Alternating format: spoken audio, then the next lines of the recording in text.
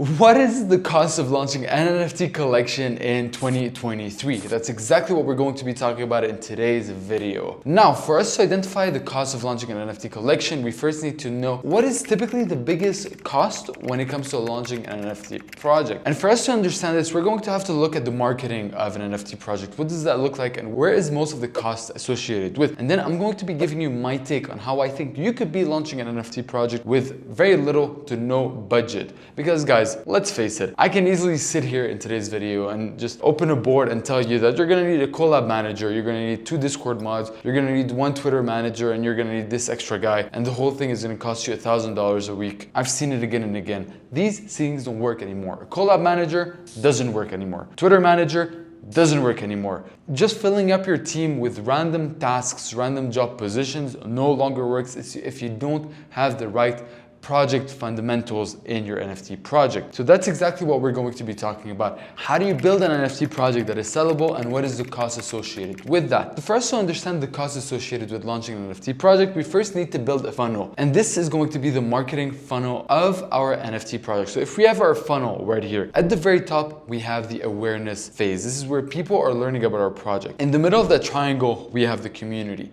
And at the very bottom, we have our buyers. Now, historically, no matter what project you're building, no matter what niche. I've worked with global brands that are launching NFT projects. I've worked with smaller NFT founders that are launching, their mom and pop's NFT collection from their basement. I've worked with the whole spectrum. And the largest cost of launching an NFT project is typically always in the awareness phase.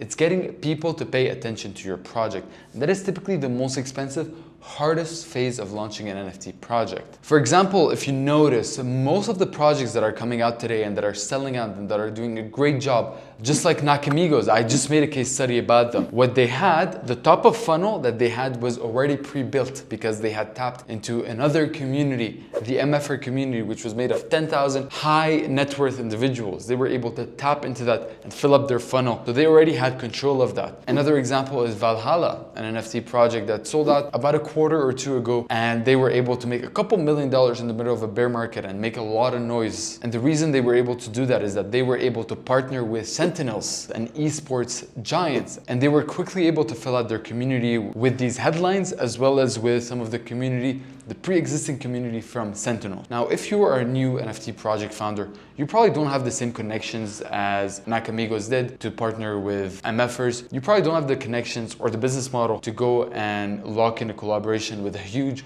Web2 brand. So we have to start filling up our funnel from zero. But right now, during the bear market, we face 2 problems. So with the funnel, there's 2 sources that dictate the success of your funnel. Number 1 is the volume. How much volume of people is coming through your funnel? If you're bringing 10 million people through your funnel every week, you bet some are going to stick and you bet some are going to stay. However, if you have 10 people coming through your funnel a week, you're gonna have a very hard time converting those and actually building an NFT project. So volume. Number 2 is stickiness. So how much of those people that are coming into your project are actually sticking around and converting from the awareness phase into the community phase? That's called the stickiness. Right now, as we speak in the bear market, we're facing a big problem where the volume is drying up and the stickiness of NFT projects is decreasing.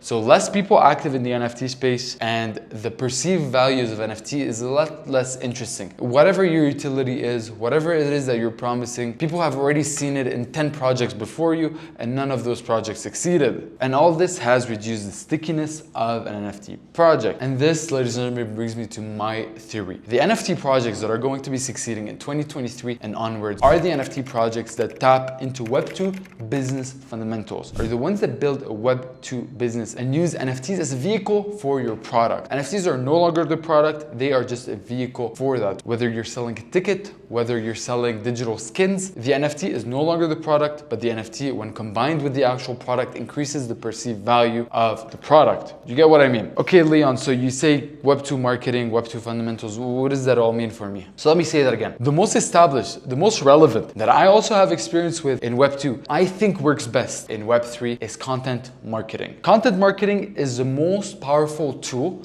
for one to build community, and especially in Web3. Why do I say especially in Web3? Because the essence of Web3 is community. The only difference in business models is that in Web2, the product came first, and then around the product, you built a community. In Web3, it's the other way around. In Web3, you build a community, and then from there, you build a product around that community. And that is the pure essence of what Web3 looks like. Web3 is made up of communities. And the most powerful way to build community is using the established business model of content marketing. And it is the most permissionless type of marketing because people are opting in to your ecosystem because you are providing value first. You are giving, and when the time is right, you're going to be asking. That is why I love content marketing. I own a media brand called Worldwide Engineering that is entirely centered around creating interesting, entertaining, and educational content around innovation, technology, and engineering. And that was actually a project that I started while I was studying engineering in university. I created that brand, started publishing content, and we quickly became the fastest growing engineering brand on Instagram. So as we speak right now, Worldwide Engineering has a little bit over 900K followers,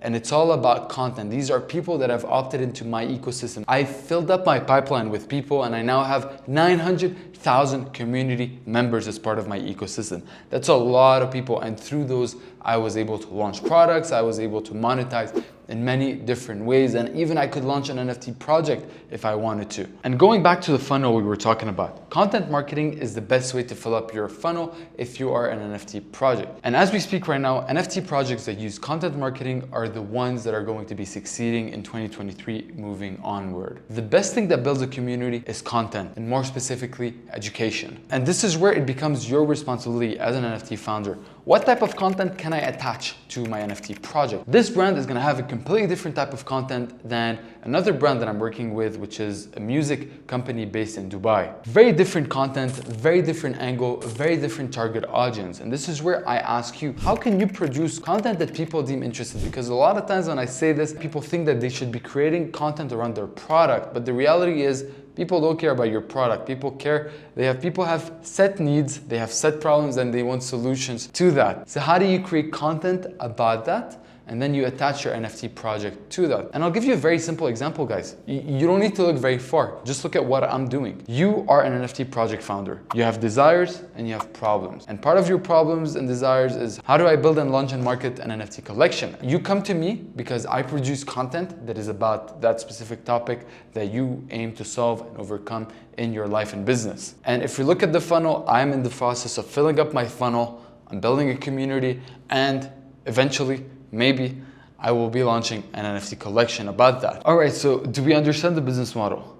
I hope so, because that's very important. Now, with that in mind, how much does it actually cost to launch an NFT project now that we understand the business model that makes a successful NFT project? So, a big part of it is monetary investment.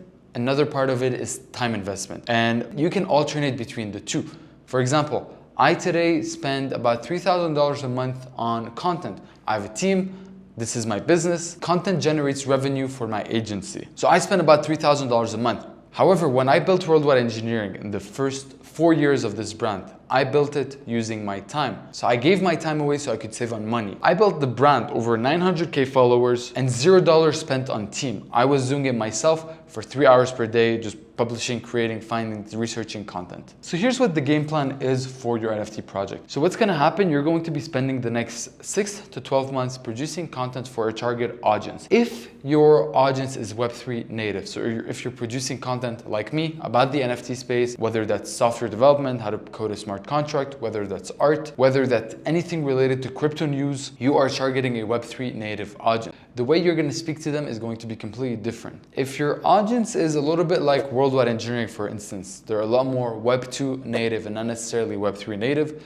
these people are going to have a very different type of onboarding, very different type of wording. These people, you're not going to sell to them an NFT, you're going to sell to them a digital collectible that gives them access to something that is more Web2 native. So you're going to spend the next 6 to 12 months creating organic content. You're going to start building a community, and you're going to start filling up your funnel, and you're going to have a product that is sticky. A big variable of success is how good are you at producing content in the first place. And a good way to think about it is produce content on the platform you consume the most. So if you consume the most on Twitter, go on Twitter. That's where you should be producing content. If you consume YouTube, go on YouTube. If you're more of a podcaster, do podcasts. So start producing content and start building a community. From there, what's gonna happen, eventually you are going to need a community manager for your Discord, and you're gonna need them for at least 3 months. So you can budget that a typical community manager, if you have an existing audience, is gonna cost you about $1,000 a month. So that's $3,000 just on a community manager. Eventually, you're also going to need a collab manager. So once you've built somewhat of an audience, once your product has become appealing enough for people, you're going to have a collab manager that's going to help you land collabs with other projects. And that person is going to cost you about $1,000. And the results that collab manager gets you is entirely dependent on how good of a job have you done building your brand. Because all a collab manager does is he goes and knocks on doors. The more appealing you are, the better the first impression your project gives, the more doors are gonna get opened and people are gonna be interested. Don't just go out there and hire a collab manager. Instead, build on your brand and then hire the collab manager. And ladies and gentlemen, again, if you do a good enough job at producing content, this should do your marketing. All the influencer marketing, all the paid shoutouts, all the PR stunts that you see out there, those all serve to bring awareness into your project. And those can be very expensive. A lot of times, I've seen it again and again, you pay $500 to that influencer, they do whatever they have to do, and no results at all. You end up with an extra 100 followers that are very low quality, and they don't bring you results at all. That is why I recommend, do not go with paid marketing, go with organic marketing. It is the name of the game. If you still wish to do paid marketing, again, I've made countless videos on my YouTube channel, how you should do paid marketing, how you should use influencers. I've put free guides out there, so it's gonna be very easy to find for you. But I really recommend it. Do what I'm doing because I see the results that this is yielding in the back end. Do what I'm doing, go organic. And if you do all this right, you should be able to launch an NFT project with a very low budget. I have friends in my direct circle that have made over a couple $1,000,000 on their NFT project, building an incredible game, P2E game on Solana. I'm not gonna say who it is, but you know who you are. These guys have spent $0 on marketing just because they had a great product and they had an existing community. So building an NFT project with low budget is possible. You just have to be very good at all the other things that come with building an NFT project. And this brings me to the idea that if you need help building and launching your NFT project and you need hand-holding along the journey, this is where we can help you at unfungible.xyz. So if you want to learn how we can help you bring your project and your ideas to life, then feel free to get in touch with us by clicking on the link in the description of this video. And if you enjoyed this video, ladies and gentlemen, don't forget to leave a like behind you, helps the channel grow, and comment what your thoughts are. I always read and answer all comments, and make sure you follow me on Twitter at Hey, this is Leon. I'll see you very soon. Ciao.